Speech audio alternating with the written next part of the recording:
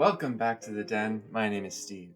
Let's talk about episode 2 of Loki. Episode 2 just came out and it opened a huge new can of worms. There are so many new philosophical questions that arise, as well as questions about the MCU and how it works. This will be more of like a theory type video, so if that's something that you guys are more interested in seeing, please let me know.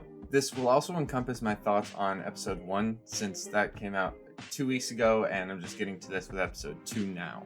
First, I need to get into some more philosophical questions before getting to the theories. Now, episode 2 introduced a lot of big questions about free will and what exactly it means to have free will in this type of a universe. Essentially, the way that the TVA operates and the rules that are kind of set by it within the sacred timeline are that of determinism. Determinism is a philosophical concept presented by David Hume in the 1700s.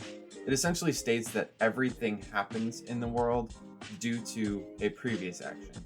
It essentially says that the world is based on cause and effect. So the example that my philosophy teacher would always use is that without the meteor crashing and killing all of the dinosaurs would not have created the conditions for humans to arise. But that idea goes even further and more specific, right down to each one of your decisions. Essentially saying that because you didn't have dinner last night, you had a big breakfast this morning. Or because you were raised to be kind to others, you're going to show extra compassion to people, even when they don't deserve it. This brings into question whether or not we have free will. If everything that we do is determined by previous actions, even actions taken by other people, are any of our decisions really our own? This is a major philosophical debate and one that is not really very easy to unpack. Many of the people who don't subscribe to determinism do so simply out of belief in free will, the fact that they want to believe that their decisions are their own, so they don't want to believe that everything is predetermined or anything like that, which actually falls into a different sect of determinism, something called predeterminism. There are also different variations of it, such as fatalism, logical determinism, and casual determinism, which is essentially what I'm describing to you. Among all of these comes the question of free will, and is it compatible with determinism? This is where you get compatibilism and incompatibilism. And each of the various types of determinism fall into either compatibilism and incompatibilism, based on whether or not they align with the idea of free will or they outright reject it. Compatibilism essentially states that we do still have free will. We do still have the ability to choose of our own accord. But each one of those decisions is affected by everything that we've experienced and who we have become as a person through our previous actions and through what we have been taught and affected by in other people's actions.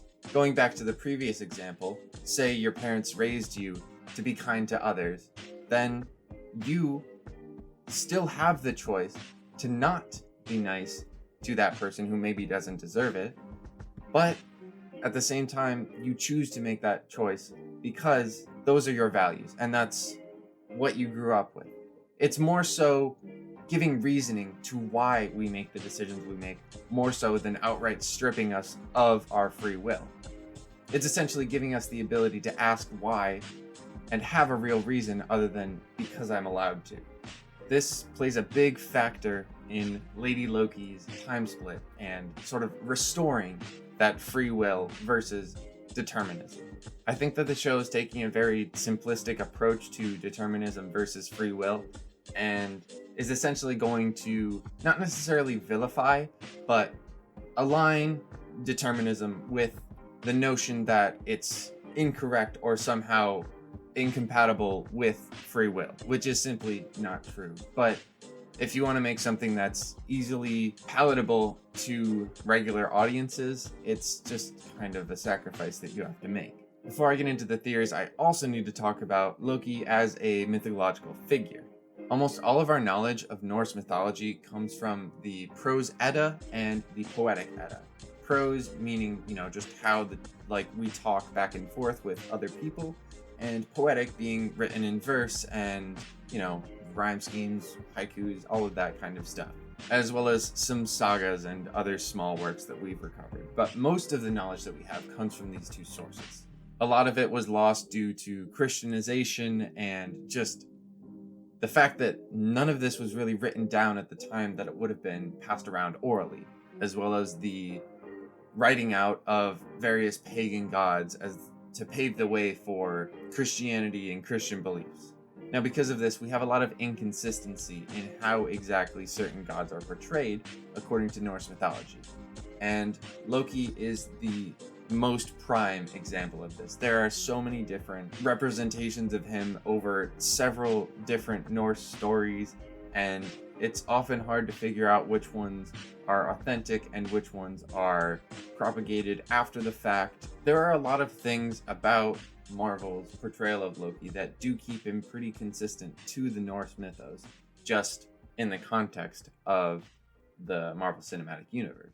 Oftentimes, in the classic Norse mythology, he is used essentially as like a type of scapegoat, where he is sent to clean up other people's messes and gets blamed for the actions of others, even though he never was initially responsible. And we see the parallel to this in the fact that the TVA is asking him to do all this stuff and to hunt down this other Loki and essentially take responsibility for the Avengers' actions of time traveling, as well as take responsibility for the actions of this other Loki and any other failings that may come with that. According to most of the myths, the way that Loki is used and characterized, he's a lot more of a tool than an actual main player in the game. There's not really a whole lot where he is the central character and he's the one who learns a lesson and grows as a person by the end of it. There are actually quite a few more modern interpretations of Loki as some type of like antichrist or devil figure, but this is mostly recontextualizations from a Christian point of view based on the fact that he caused Ragnarok and that being seen as a bad thing, whereas in the original Norse mythology it wasn't really seen as like a negative or like a destruction. It was seen as a rebirth. The negative connotation of that is that everything from the past needs to die for the new to be reborn. In the original Norse mythos, he's more of a necessity than anything else. You know, as I said before, Ragnarok was initially viewed as a good thing, and him setting that off was necessary for the rebirth of the world. As far as direct parallels to Norse mythos within the MCU, it's hard to pinpoint anything exactly, but general themes of Loki's life are able to be thematically employed within the Loki TV show. Like, for example, how Mobius says that he's often used just to help others reach their true potential without ever changing himself. That's something that we do see in the Norse mythos, is that he's constantly being used to make other people reach their greatest potential or make them reach some conclusion that they wouldn't have otherwise reached. So essentially what I think is going to happen within the Loki TV show is that Loki is going to be put into impossible situations over and over again, and essentially be, again, the scapegoat for everything that the TVA does or every mistake that they make. We've already seen them be fairly prejudiced towards him for simply being a variant. I believe that the TVA is definitely going to betray him and try to blame him for everything that's happened, leading him to be forcibly put on the run, especially with all this Lady Loki stuff that's going on now. The TVA is almost certainly going to be an evil organization based on how things are going so far. They're way too enshrouded in mystery, and their overly simplistic view of the universe, their determinism and their lack of free will, and their necessity of resetting anyone that falls out of line does not align with what we typically think of as the heroic and the correct thing to do in this type of scenario. With that being said, I think that Lady Loki is trying to bring back the idea of free will. The Timekeepers are essentially irreparably evil. There's no way to really justify everything that they do, and especially not the lengths that they go to. With that being said, I believe that the TVA agents are worth saving, that the Timekeepers are the main villain, and that the TVA agents are either not privy to that information or they don't quite understand. Like, for example, Mobius is already starting to exhibit certain forms of free will and developing his own desires and his own decision making, in the fact that he really wants to ride a jet ski, and that's the first seeds being sown in the idea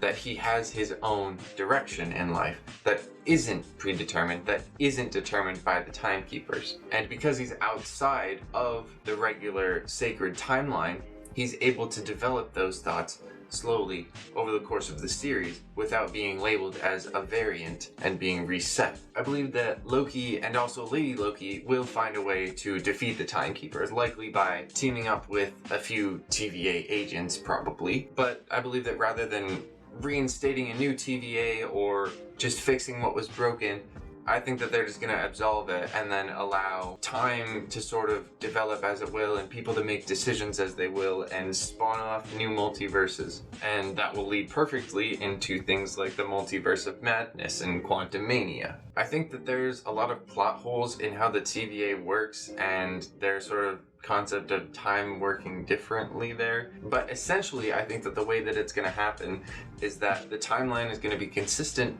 up to the point where Lady Loki and Loki are able to overthrow the Timekeepers, and then it's going to start branching off into various multiverses. To that way set in stone the events that have happened up to this point, so that you don't, have like going back and reboots and stuff like that. To have that set in stone as a consistent grounding point to then go forward, do essentially whatever they want with. Personally, I'm a pretty big fan of the parallel universes theory, and I think that that's something that the show is going to start to run with. If you don't know, the parallel universes theory is essentially the idea that every decision that we make results in a new universe being created, where the opposite decision happened or any different version of that outcome would have happened. Like maybe in one universe I chose to eat Cocoa Puffs for breakfast instead of Cheerios, and that created a whole separate universe. I think that that's the justification that the Timekeepers are going to use to kind of keep the multiverses from being created, but monitoring all these people down to the very tiniest decision that they make, like which pencil they pick up when they go to write something, is not something that they're probably going to try and justify. Now, initially based on this, you would assume that Lady Loki is another one of the heroes and that she's a good guy. But I don't think that that's how it's going to turn out exactly. I think that them overthrowing the Timekeepers is not going to be the big climax. I think that after they overthrow the Timekeepers, they're essentially gonna create their own little realities, and her and Loki are going to, I guess, essentially hijack a universe of their choosing where they can rule over Asgard or rule over Earth or all the 9 realms. And then after receiving that, Loki's gonna realize that this isn't really what he wanted. We're still dealing with 2012 Loki here. This isn't the fully developed, understood, realized version from Endgame, where he was willing to give up everything for his brother. He's only seen that on a screen. He hasn't really experienced it. So I believe that that's the decision that he's going to make, and then he's going to realize that that's not what he wants. What he wants is the approval of his father, the love of his mother, and the companionship with his brother. I believe that Lady Loki has her own little sort of nefarious deeds going on here. I think that she's stealing the reset charges to try and create a multiversal event where she can seize control. I believe she's trying to draw the Timekeepers out, not only for the good of the universe as a whole, but for her own personal gain. She will definitely be using this to try and wipe out the Timekeepers. I think next episode's going to be an information dump where we realize that the TVA is evil, but then afterwards it's going to be her trying to take over. So, Lady Loki is a bit of a paradoxical character.